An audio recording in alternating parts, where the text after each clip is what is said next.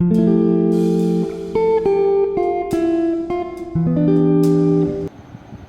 दोस्तों, मैं मुकेश पांडे अपने YouTube चैनल सक्सेस टिप्स में आपका पुनः स्वागत करता हूं। हमारे पुराने वीडियोस में आप देख चुके हैं कि हमें पढ़ाई करने के कैसे तरीके अपनाना चाहिए जिससे हम अधिक से अधिक सफलता हासिल करें और कम से कम मेहनत में। आज के वीडियो में हम चर्चा करना चाहेंगे कि क्या पढ़ने से ज़्यादा ज़रूरी है, क्या नहीं पढ़ना। शीर्षक देख के आप थोड़े से चौंके ज़रूर होंगे कि भाई क्या नहीं पढ़ना। तो कहा जाता है कि जो सफल लोग होते हैं उन्हें क्या करना है से ज़्यादा ज़रूरी होता है ये जानना है कि उन्हें क्या नहीं करना।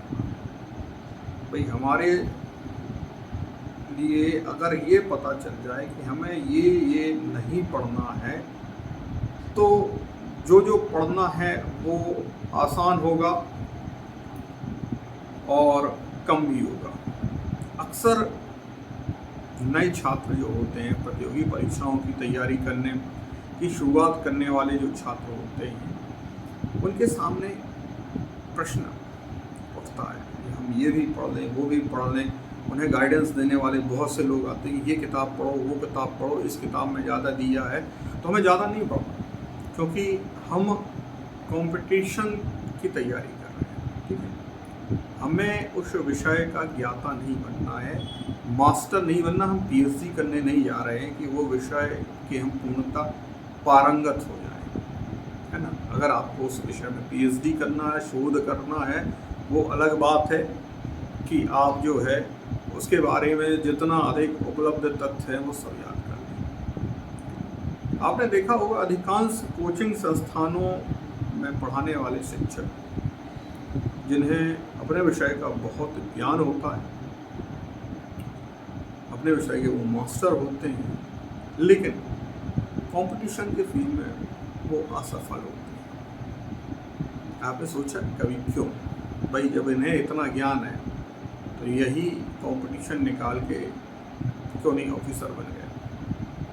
फिर सोचा इसका कारण ये है कि उन्होंने अपने जीवन में सबसे बड़ी गलती यही की कि वो पढ़ाई को बैलेंस नहीं कर पाए।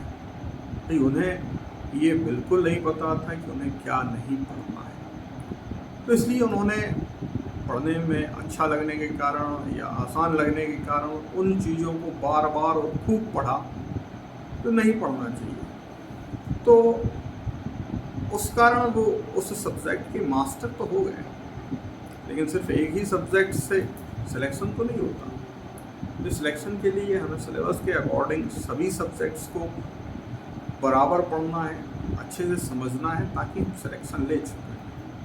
इंग्लिश में एक कहावत है कि jack of alls master of none, मतलब हमें सभी विषयों का ज्ञान होना चाहिए पर मास्टर हम किसी में ना बने। तो ये गलती करने से आप बचें। अब इसका पता कैसे चलेगा? जैसा कि हम पुराने वीडियो में भी बता चुके हैं कि आप सिलेबस उठाइए और पुराने वर्षों के प्रश्न पत्र उठाइए, उनके अकॉर्डिंग जो है उन टॉपिक्स को लिखिए अपनी डायरी में, प्रश्नों को लिखिए कि जिनसे ज़्यादा प्रश्न आए हैं या जो टॉपिक्स बार बार पूछे गए हैं। ठीक है, तो हमें उन्हीं को पढ़ना है ना। बहुत सारा पढ़ने से हमारे मस्तिष्क में सारी चीज़ें एक साथ याद नहीं रहेंगी, क्योंकि हमारे मस्तिष्क की एक क्षमता है याद रखने की, उससे ज़्यादा चीज़ें हम एक समय में याद नहीं रख सकते। ठीक है, कई बार जब हम पुराने प्रश्न पत्र पढ़ते हैं तो हमारे सामने कुछ प्रश्न ऐसे आते हैं जो कभी कभार ही आते हैं। ऐसे प्रश्न पत्र सामान्यतः किताबों में नहीं मिलते, है ना, उनके लिए बहुत मेहनत करनी पड़ती है। तो अक्सर छात्र उन हटके जो प्रश्न आए हैं उन प्रश्नों के पीछे अपनी काफ़ी मेहनत और समय बर्बाद करते हैं कि उस वर्ष ये प्रश्न आया था तो ये कहाँ मिलेगा, इसका जवाब क्या है ना। जबकि मेरा मानना है कि अगर आप पुराने 10 वर्षों के प्रश्नों को पढ़ चुके हैं उन्हें अच्छे से समझ चुके हैं, सॉल्व कर चुके हैं या सिलेबस कंप्लीट कर चुके हैं, तो आपका 90% तैयारी पूरी है। अब बचते हैं 10%। तो 10% जो प्रश्न होते हैं वो कभी कभार पूछे जाते हैं, भूले भटके पूछे जाते हैं, या पेपर बनाने वाले की किताब से पूछे जाते हैं। ठीक है, तो आपको बता दें कि आप उन 10% को भूल जाइए, उनके चक्कर में ना पड़ें, क्योंकि जितने मेहनत और समय से आप 90% की तैयारी करेंगे, उससे ज़्यादा मेहनत उन 10% प्रश्नों के लिए लगेगी, है ना। और दूसरी चीज़, वो प्रश्न रिपीट नहीं होते, तो जो रिपीट नहीं हो रहे हैं, जो आपके सिलेक्शन में महत्वपूर्ण नहीं है, तो सिलेक्शन तो आपको 90% में श्योर है। अरे 90% में आप टॉप करेंगे? नहीं, ये अकादमिक परीक्षाएं नहीं है स्कूल कॉलेज की कि आपको 80-90% मिले तब आप सिलेक्ट हैं। आप अगर पुराने कई वर्षों का जो कट ऑफ उठा के देख लेंगे, तो 50-55% टॉपर्स के होते हैं। ठीक है, तो जब 50% या 50-55% में टॉपर बन रहे हैं, तो भाई हम क्यों 100% के पीछे पड़ेंगे? हमें पूरा 100% सिलेबस ही करना है, या पेपर जो पुराने हैं उनके 100% क्वेश्चन चाहिए। भाई जैसा कि मैंने शुरू में बताया कि हमें मास्टर नहीं बनना है, हमें सिलेक्शन लेना है। तो हम उन प्रश्नों को पढ़ें। सिलेक्शन लेने के लिए हमें सिलेक्टिव होना पड़ेगा, क्योंकि अगर हम पूरा पढ़ने की कोशिश करेंगे तो मास्टर बन जाएंगे पर सिलेक्शन नहीं ले पाएंगे, है ना। पर बाद में कंपटीशन की क्लासों को पढ़ाते फिरे खुद असफल होकर, तो हमें असफल नहीं होना। सफल होना तो सफल होने के लिए सिलेक्टिव होना पड़ेगा, है ना। तो आप उन 90% पर मेहनत कीजिए। कई बार जो बच्चे बाहर रह के कोचिंग पढ़ रहे होते हैं, जहाँ कोचिंग बहुत सारी हैं, वहाँ बहुत सारे बच्चे होते हैं, और कई बच्चे दूसरे के डिस्टर्ब करने के लिए चाय की दुकान पर मिल गए, बोले और भाई क्या चल रहा है, क्या टॉपिक है, कैसा क्या है। जैसे ही आपने बताया कि आजकल तो मैं ये टॉपिक पढ़ रहा हूँ इस सब्जेक्ट से, तो उसी में से वो एक आध क्वेश्चन ऐसा उछाल देंगे कि यार बताओ तो फिर इसका जवाब क्या है। अब आपका पूरा दिमाग उस प्रश्न पर कि यार मैं तो ये पढ़ा ही नहीं। जैसे मैं अपने तैयारी की शुरुआत की बात बताऊँ कि एक समय मेरा सिविल सर्विस में एक विषय जो है इतिहास रहा है, तो प्राचीन इतिहास उस समय पढ़ रहा था। चाय की दुकान पर एक परिचित मिले, पूछा कि बोले ये आजकल क्या पढ़ रहे हो? तो मैंने प्राचीन भारत। जब प्राचीन भारत में कहाँ तक आ गए हो? मतलब मौर्य काल तक। तो अच्छा मौर्य काल तक आ गए हो, तो एक प्रश्न बताओ, सिकंदर के घोड़े का क्या नाम था? अब लो भाई गई भैंस पानी। भाई मैंने जो पढ़ा था, सिकंदर के सेनापति तक का तो नाम पढ़ा था, और सिकंदर के घोड़े का नाम। और फिर इसके बाद उस प्रश्न के चक्कर में उस समय इंटरनेट जैसी सुविधा गूगल जैसी नहीं थी कि तुरंत गूगल की याद पता चला, किताबें ढूंढनी पड़ती। तो मेरे कई दिन उसी में बर्बाद हुए। कई सीनियर्स से मैंने उसके बारे में पूछा, फिर बाद में समझ में आया कि इस तरह के प्रश्न जो है सिर्फ मन भटकाने के लिए होते हैं, इनका परीक्षा से कोई लेना देना नहीं। सिकंदर के घोड़े के चक्कर में ना पड़े, आप अपना घोड़ा दौड़ाएं और सही दिशा में दौड़ाएं। तो फालतू के प्रश्न, कई बार कई लोग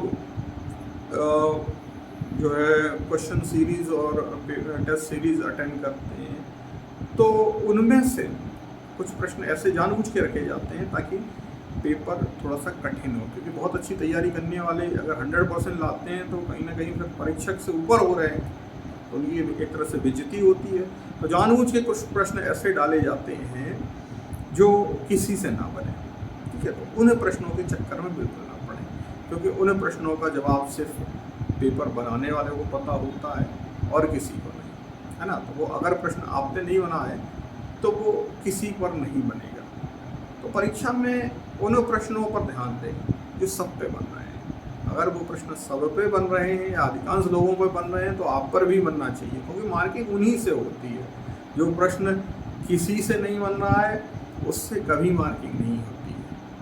है ना। जैसे एक बार यूपीएससी ने अपने पेपर में पूछा कि इनमें से कौन मध्यकालीन इतिहास लेखक हैं, और उन लेखकों में ने कई आधुनिक नाम दिए और एक विकल्प दिया टी दास। अब अधिकांश लोगों के जो जवाब हैं गलत हुए, क्योंकि टी दास कहीं से मध्यकालीन तो लगते ही नहीं। टी दास से लगता है कोई वर्तमान के साहित्यकार होंगे, जबकि वो टी दास जो है आगे चल के पता चला कि टी दास का मतलब तुलसीदास था, है ना। तो इस तरह से भ्रमित करने वाले प्रश्न जो है ये कभी कभार आते हैं और कभी दोबारा रिपीट नहीं होते। ठीक है, तो हमें उन प्रश्नों पर ध्यान देना है जो अक्सर आते हैं, रिपीट होते हैं। ठीक है, वो हमसे गलत नहीं होना चाहिए। तो यहाँ जैसे कि मैंने शुरुआत में बताया था कि क्या पढ़ने से ज़्यादा ज़रूरी है, क्या नहीं पढ़ना, तो हमें ये ध्यान देना है कि इस तरह के प्रश्नों और टॉपिक्स से हमें दूर रहना है ना। वो अलग बात है कि आप जिज्ञासु हैं और पढ़ने में रुचि रखते हैं, तो एक बार सिलेक्शन ले लीजिए, उसके बाद पढ़ते रहना। पूरी ज़िंदगी पढ़ी है, हालांकि आपको बता दूँ तो पढ़ने का टाइम नहीं मिलेगा, क्योंकि नौकरी जो आप करेंगे उसमें इतना समय नहीं मिल पाएगा। तब परिवार भी हो जाएगा आपका, तो परिवार और नौकरी के साथ इतना समय निकालना इतना आसान नहीं होता है। लेकिन फिर आगे आपकी रुचि है, उसके अनुसार आप पढ़ते रहें, लेकिन तैयारी के समय कोशिश करें कि हम उन प्रश्नों पर ही फोकस करें जो अक्सर आते हैं, अधिकांशतः आते हैं, रिपीट होते हैं, है ना सिकंदर घोड़े के पीछे पढ़ना है हमें, ना टी दास के पीछे।